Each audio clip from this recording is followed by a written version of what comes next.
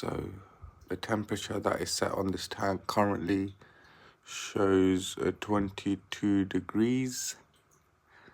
I have a zebra snail in the corner munching on the algae on the window. I've got granite rocks. I've just fed the fry fish.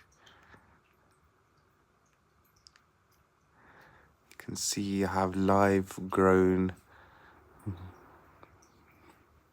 grass, I think it's called grass, on the rocks.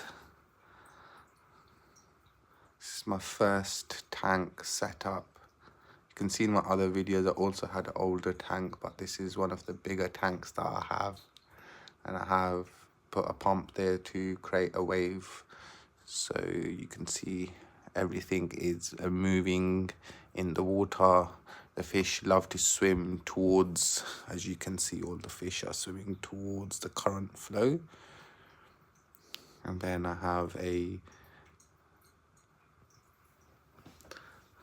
aqua manta filter, and I currently have the pump off, so I'm just going to activate. You can hear it in the background. It creates bubbles behind the rocky surface.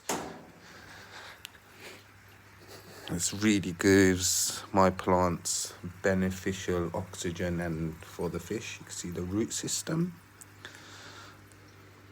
The very diverse root system, and the heater at the back also. So the big guppy female fish laid eggs or live fry within this cave underneath the rock, and I have shrimps also in there. You can see it's produced lovely coloured guppy fish. This one has a split tail for some reason, don't know why. If someone can let me know in the comments what's the reason behind it. Sorry about the reflection on the tank. Let me give you a zoom out of the whole tank.